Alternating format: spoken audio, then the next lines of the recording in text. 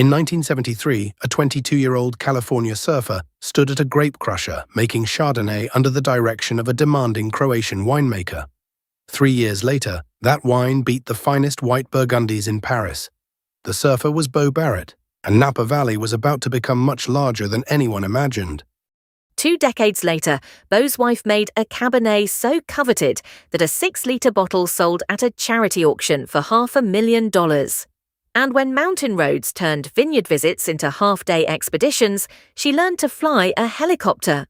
This is Beau and Heidi Barrett, 1 marriage, 2 revolutions in American wine. Calling them a Napa power couple is accurate in the least interesting way. Beau arrived as a surfer, cellar rat, and highly qualified carrier of heavy objects.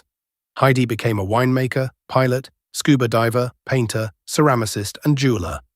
Their careers mostly ran on separate tracks, then met in the vineyard. Beau was born James Barrett and grew up in Southern California. His father, Jim, was a real estate tax attorney who knew enough about wine to be dangerous. In the early 1970s, agricultural incentives encouraged investors to consider farms. Jim evaluated cattle, avocados, and pomegranates before 1 bottle redirected the family.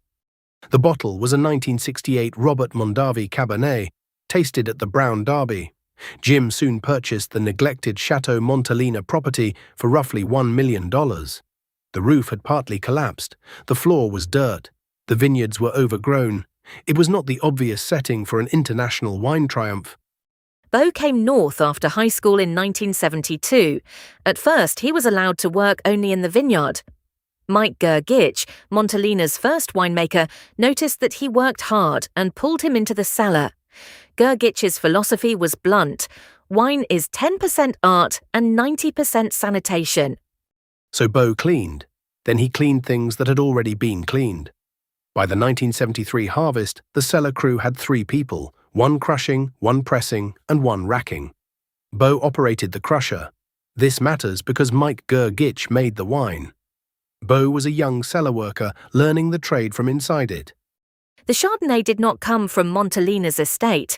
Jim's young Cabernet vines needed years to mature, so the winery purchased Chardonnay from several Napa and Sonoma vineyards.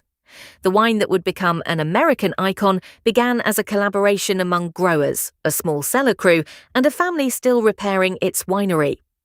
The family bottling line was equally hands-on. Beau says he filled the bottle now held by the Smithsonian. His brother Mike added nitrogen. His sister Stephanie applied the label. His younger brother Kevin packed bottles into cases. Before anyone knew it was history, the whole family had fingerprints on the evidence. On May 24, 1976, British wine merchant Stephen Spurrier assembled French judges for a blind tasting in Paris. Chateau Montelena's 1973 Chardonnay placed first among the whites. Stag's Leap Wine Cellars' 1973 Cabernet placed first among the reds. Fine wine was no longer France's exclusive property. The result did not prove France inferior. It proved California legitimate. Distributors who had ignored California started calling. Winemakers gained confidence. Investors noticed. Beau's larger accomplishment came afterward. He stayed, learned every part of Montelena, became winemaker, and eventually assumed leadership of the family estate. Today, Beau is Montelena's owner and chief executive. Matt Crafton is its president and winemaker. One of this film's authors was at an extraordinary Montelena retrospective where Beau walked through the harvests, explaining how machinery and cellar practice evolved over time. It made his real story tangible, not one cinematic vintage, but a lifetime of accumulated decisions. Hollywood preferred a tan and better hair. In the 2008 film Bottle Shock, Chris Pine played Beau as a sun-bleached leading man. The surfer background was real, much else was invented. Beau did not personally carry the winning bottles to Paris, and the romantic triangle belonged entirely to the screenplay. The biggest omission was Mike Grgich. Jim Barrett was not the winemaker, and Grgich's central contribution almost disappeared. Bottle Shock gave Beau Chris Pine's hair and removed Mike Grgich. History was not consulted on either decision. Still, the film introduced millions of people to the Judgment of Paris. The real work was less cinematic: cleaning, pumping, laboratory checks, and worrying. Meanwhile, another California wine child was learning the same lesson from a different direction. Heidi Peterson's father, Richard, was an agricultural chemist and pioneering winemaker. Her mother, Diane, was an artist. Heidi inherited both impulses. Her alternative career was marine biology. Instead, she worked bottling lines, laboratories, vineyards, and tasting rooms, then studied fermentation science at UC Davis. Only 4 of roughly 30 students in her class were women. She also assisted Anne Noble, creator of the wine aroma wheel. Before Heidi made wines worth thousands of dollars a bottle, she made wine in a bathtub. The terroir was student housing, and the dominant aroma was apparently fruit fly. Her roommates lost access to the tub and gained a cloud of tiny airborne critics. Every legendary cellar has an awkward first vintage. Heidi has also recalled students obtaining pure alcohol from the distilling department for dorm drinks and trick-or-treating for beverages at microbiologist Ralph Kunke's home.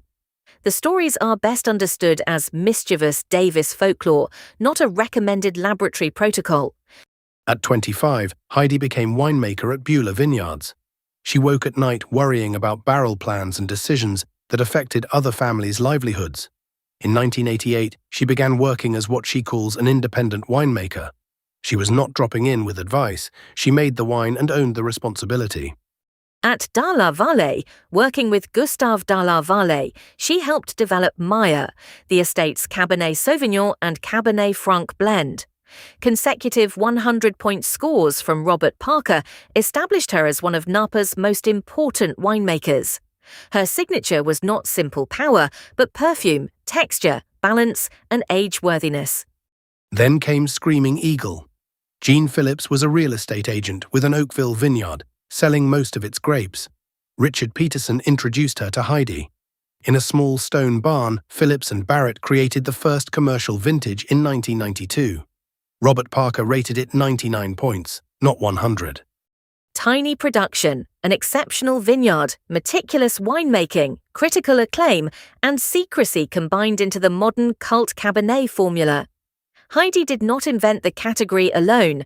Jean Phillips, the vineyard team, other Napa estates, critics, and collectors all mattered, but Heidi was one of the decisive figures in its creation. At the 2000 Napa Valley wine auction, bidding for one 6-liter bottle of 1992 Screaming Eagle reached roughly $350,000. Then a bidder stood and displayed all 5 fingers. $500,000. Heidi remembers the tent exploding. 5 fingers had become the most expensive hand gesture in Napa. The bottle held the equivalent of 8 standard bottles. At the original release price, that was roughly $600 of wine before rarity and the charity premium. The auction result was not ordinary market value. The best ending came later. The buyer opened it for his 60th birthday in Paris. People drank it. Expertise did not eliminate slapstick. Early in Heidi's career, she pumped wine into a tank hidden across the cellar and connected the hose to the wrong valve. A terrible noise followed. Then wine blasted from the top in a purple geyser. It was not catastrophic, but it was spectacularly educational. Heidi's moral is concise. Pump in through the racking valve, people. She also once bottled wine before it was completely cold stabilized. Harmless tartrate crystals appeared and created a great deal of corrective work. The future maker of Screaming Eagle learned some lessons with a mop and others one bottle at a time. Her most unusual tool came from childhood.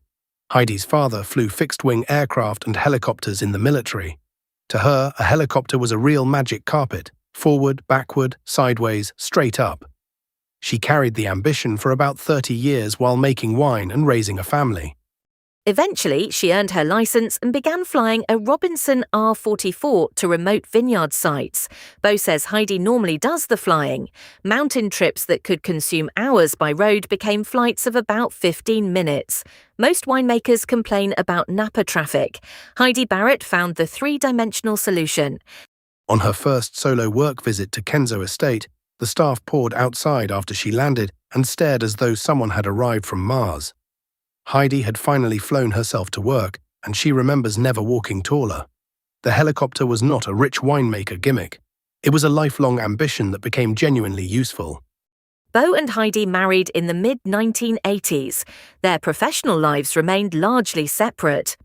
Harvest was the difficult season, both working brutal hours while raising daughters, Remy and Chelsea. Heidi's mother often helped. The advantage of marrying another winemaker was having someone who understood exactly why September could become emotionally uninhabitable. Their secret may be surprisingly simple: understand the work, then occasionally discuss something else.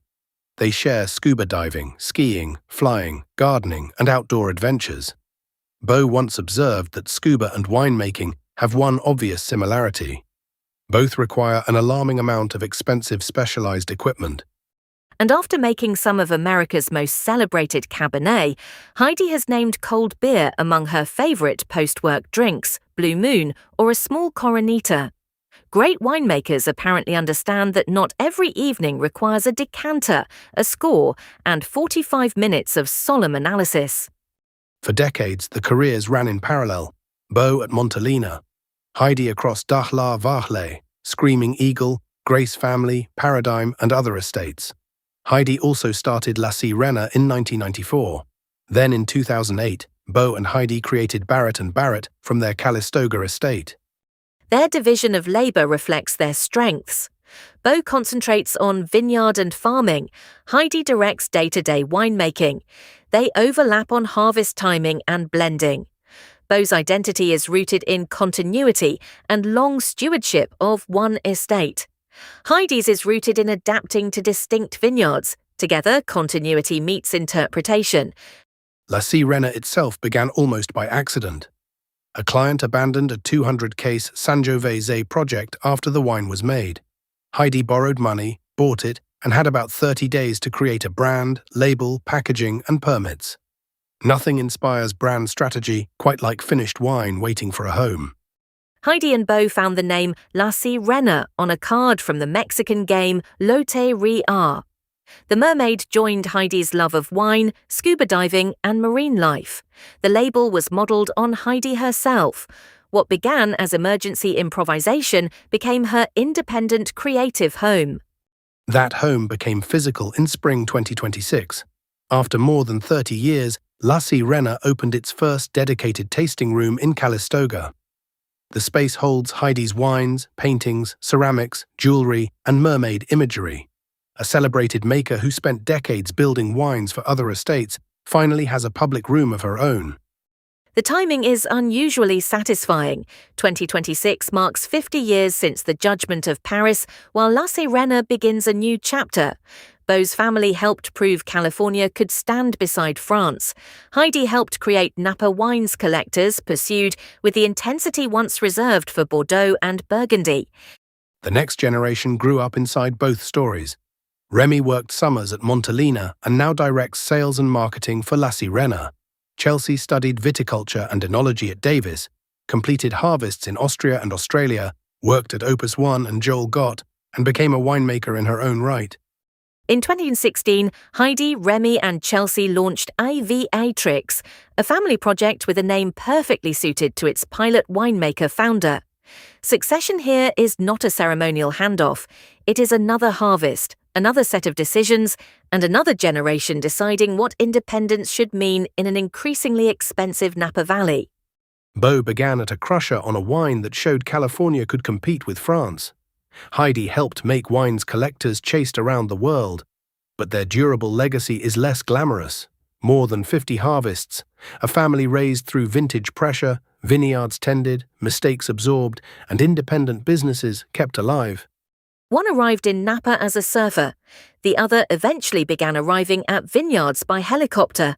Somehow they landed in the same place, a Calistoga vineyard, a shared bottle, and a family preparing for what comes next. The next vintage is already growing.